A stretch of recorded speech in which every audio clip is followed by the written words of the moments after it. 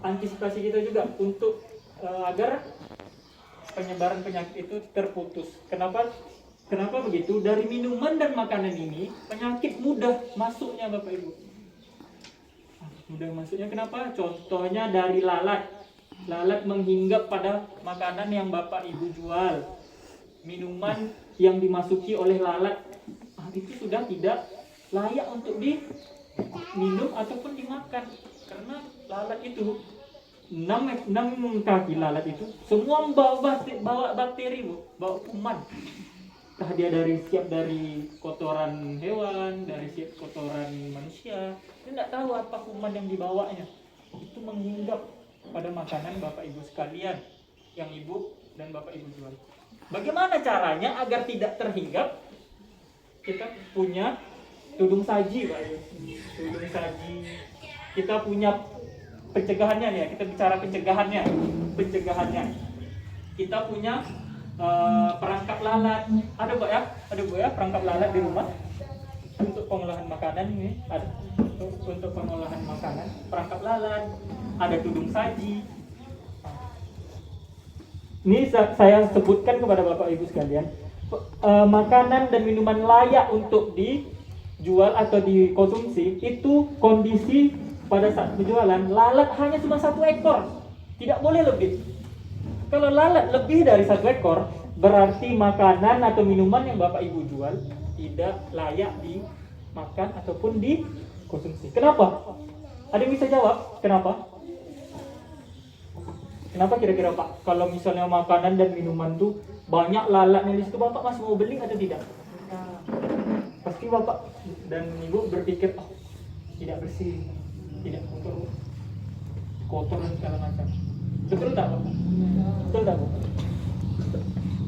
Kalau kondisinya nih, kita anggap ini makanan, lalatnya ada sekitar 50 ekor. Jangankan 10 ekor, 50 ekor, 10 atau 15 ekor aja kita masih berpikir untuk membeli makanan tersebut. Itu dikatakan layak itu lalat hanya 1 ekor, lebih banyak tidak ada.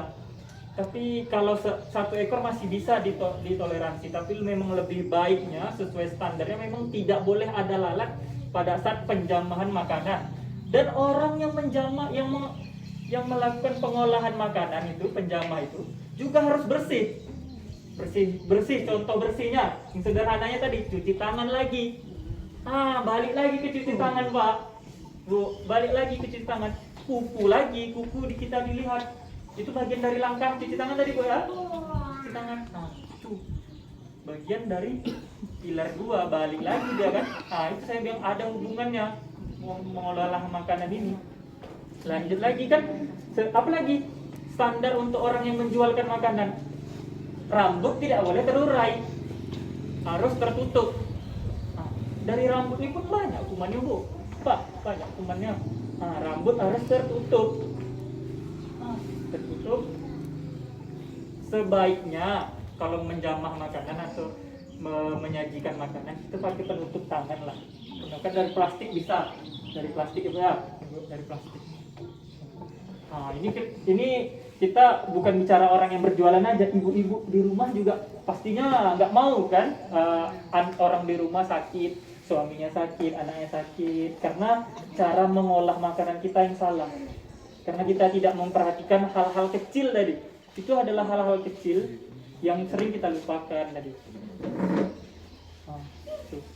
Olah makanan ya. Lanjut ke air minum. Ini air minum. Air minum tadi Pak Kasih sudah menyampaikan bahwa sebagian besar masyarakat di Rokan Hulu ini kalau tidak air masak yaitu menggunakan air galon. Dan juga FE di Rokan Hulu ini tinggi angkanya. Tahu Bu apa FE itu Bu? Tahu Pak FE itu apa Pak? Tahu FE itu apa Pak? Tahu Bu? FE itu zat besi. Zat besi. Kenapa zat besi itu tinggi kadarnya? Zat besi itu tinggi kadarnya. Apa penyebabnya kalau misalnya dia tinggi, Bu? Pak? Air menjadi keruh. Air keruh. Pernah lihat air keruh enggak, Bu? Pak? Kekuningan dia. Karat dah. itu pengaruh Fe atau zat besi. Itu sering terjadi di sekitaran daerah kita ini, airnya. Dan banyak kita yang tidak mempedulikan itu, Pak, Bu. Ada kadang mengambil air langsung kita masak, padahal air ini keruh, ya kan? Langsung kita masak aja. Mungkin dari beberapa orang tua kita dulu atau tradisi kita, air yang sudah dimasak kumannya akan mati. Tapi kita belum tentu tahu. Ini standar masak air panas nih, masak air dengan menggunakan air panas apa nih? Dengan kita masak air panas ini gimana? Apanya? Air masak ini gimana apanya? Standarnya kita belum tentu. Kita tahu kumannya akan mati kah atau gimana? Jadi sederhananya ginilah Bapak Ibu. Saya akan menggambarkan contoh penyaringan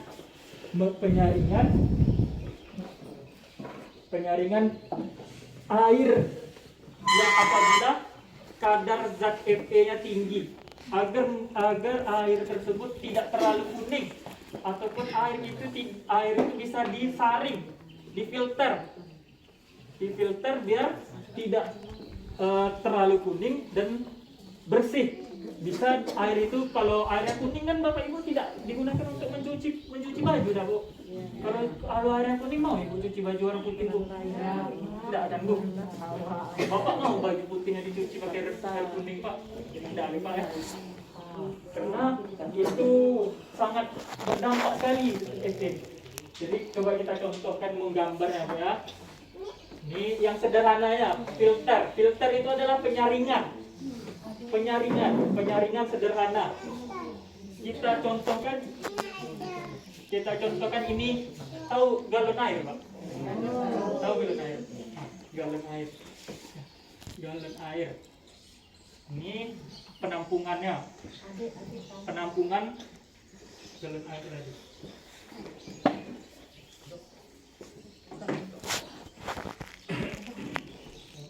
Jadi di galon air tersebut kita melakukan penyaringan sebelum ini air tadi yang Fe-nya tinggi ya, Bu ya.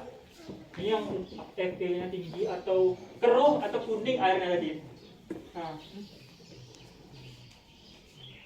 tuh, kita contohkan. Ini air misalnya Bapak atau Ibu punya air kuning. Kuning. Kita masukkan ke dalam penampungan sederhana dalam melakukan penyaringan air atau filterisasi. Yang pertama, di paling bawah nih, Bu. Di paling bawah nih kita letakkan saringan. Tahu apa, Bu? Hijau spon untuk cuci piring. Paling bawah kita letakkan spon.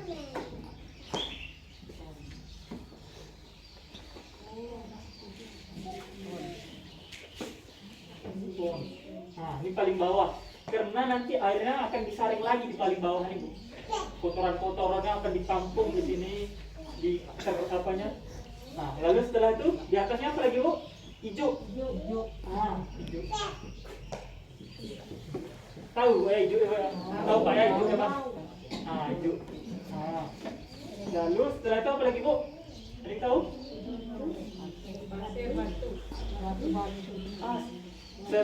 Itu satu tingkatan lagi. Arang dulu, Bu. Arang. Untuk menjernihkan airnya tadi. Karena nanti apa yang mengendap pada air tadi, air keruh tadi akan ditampung pada arang tadi. Baru di sini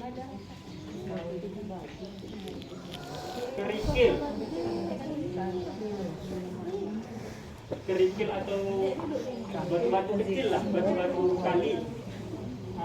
Kerikil.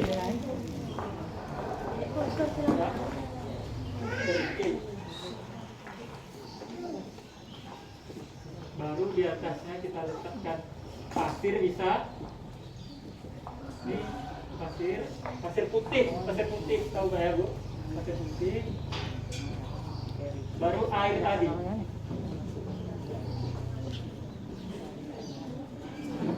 Lalu ini yang nantinya akan ditampung di sini airnya.